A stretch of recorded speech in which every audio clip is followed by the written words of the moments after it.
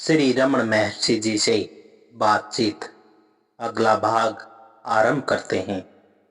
एक भक्त कहता है, श्रीमद् भागवत गीता में एक जगह कहा है, व्यक्ति का स्वयं का धर्म ही सर्वश्रेष्ठ है, दूसरे का धर्म भय देने वाला है। स्वधर्म का क्या महत्व है? महर्षि रमन कहते हैं, सामान्यतः सर्वधर्म में तात्पर्य विशिष्ट कोटि तथा जातिगत कर्तव्यों से है।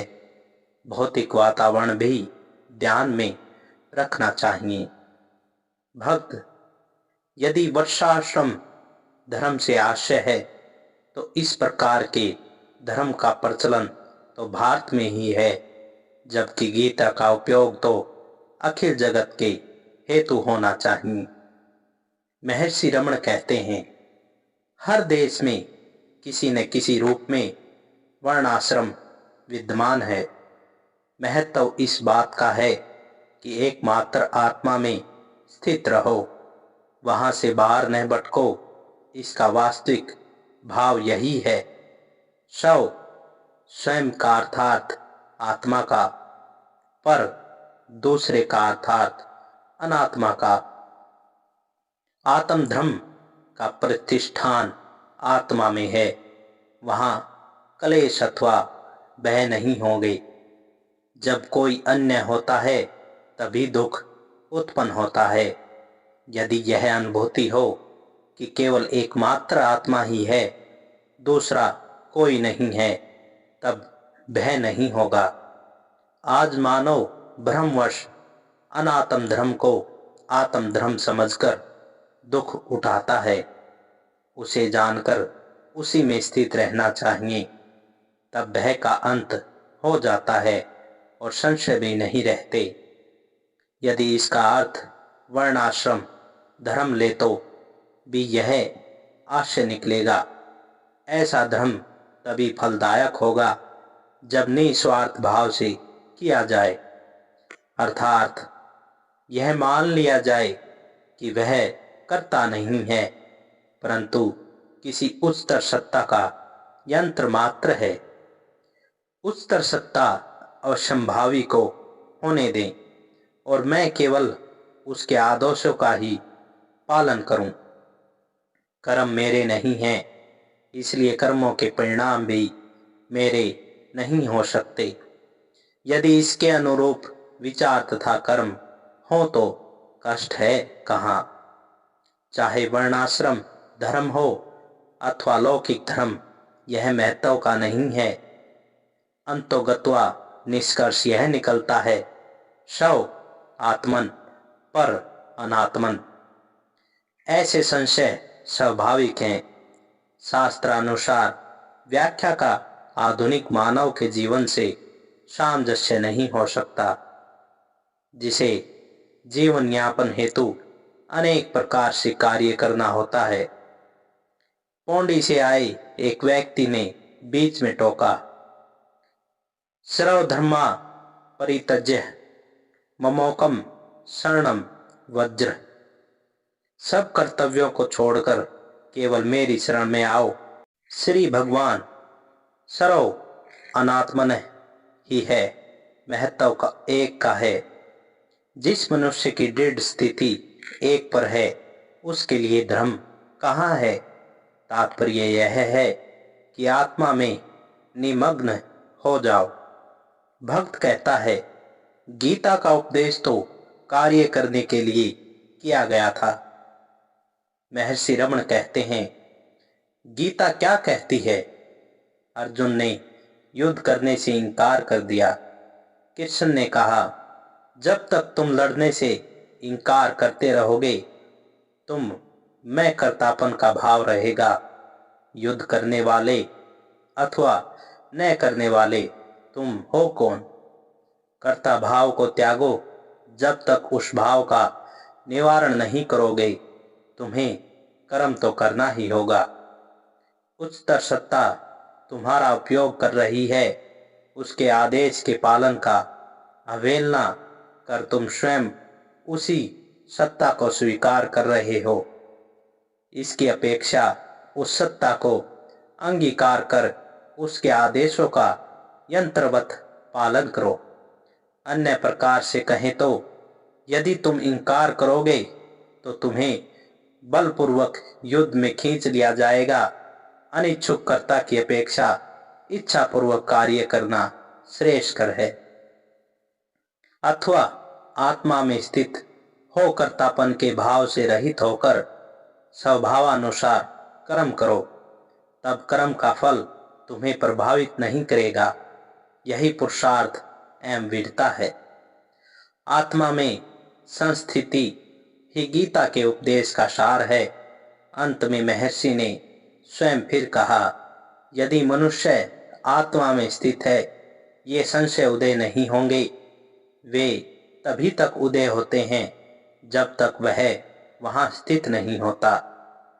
भक्त कहता है, जिज्ञासु का ऐसे उत्तर से क्या हित होगा।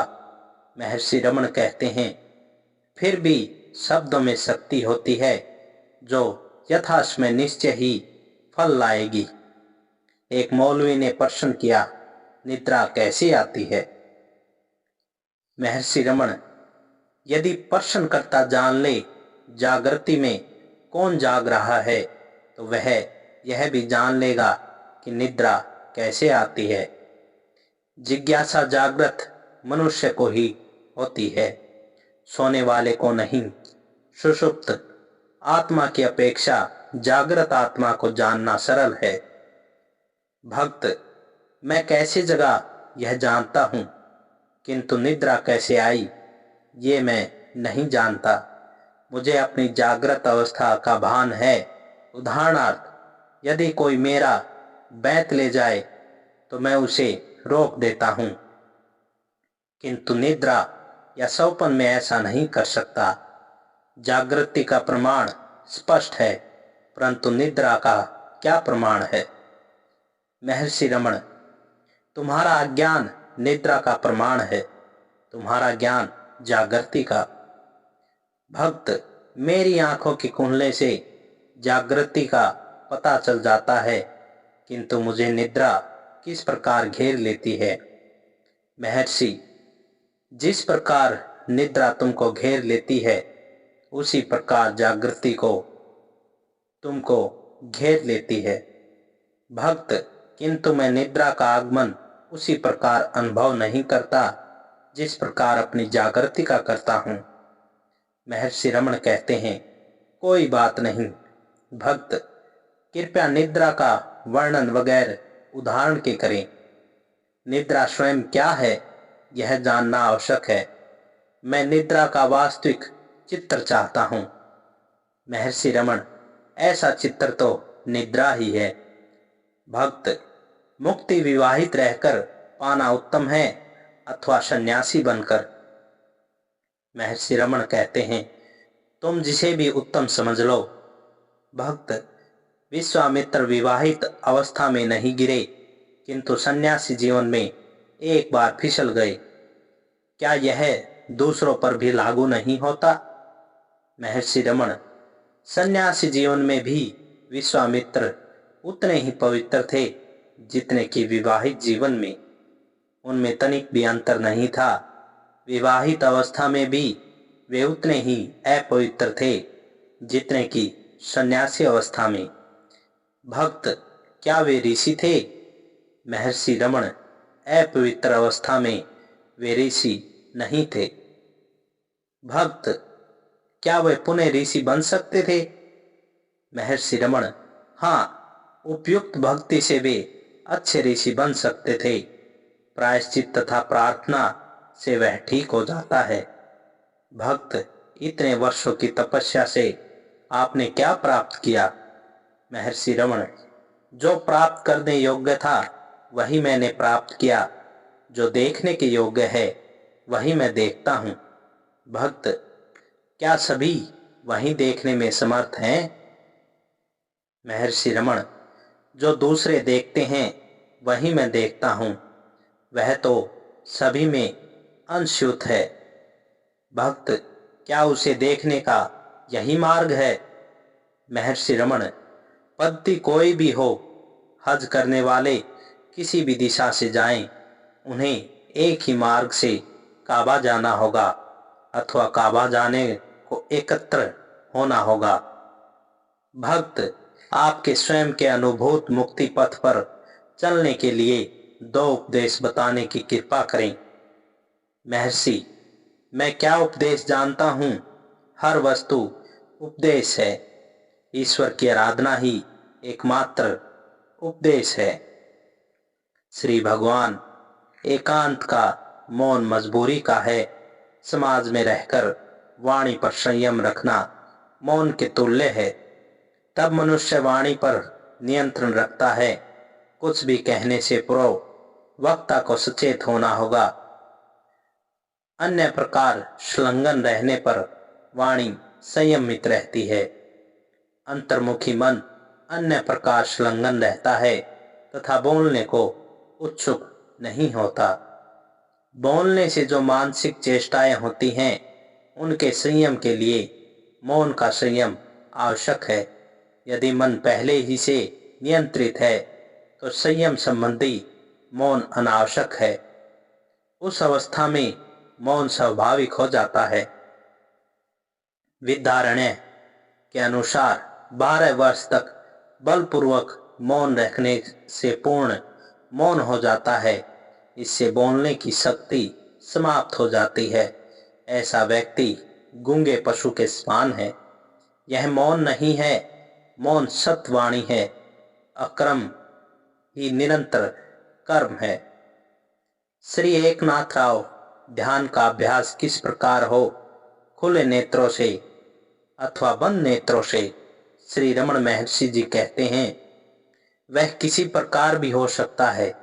उद्देश्य है मन को अंतर्मुखी कर अपनी खोज में बराबर लगाए रखना। कभी ऐसा होता है कि नेत्र बंद रखने पर भीतरी संकल्प अधिक शक्तिशाली होकर बाहर निकल पड़ते हैं। नेत्र खुले रहकर भी मन का अंतर्मुख करना कठिन हो जाता है। इसके लिए मनोबल की आवश्यकता है। विषयों को ग्रहण करने से मन दूषित हो जाता है। वैसे वह शुद्ध है। ध्यान करते समय मुख्य लक्ष्य इस बात पर हो कि मन बाहरी संस्कार डालने वाली वस्तुओं का अथवा दूसरी बातों का चिंतन न कर अपनी खोज में सक्रिय रहे।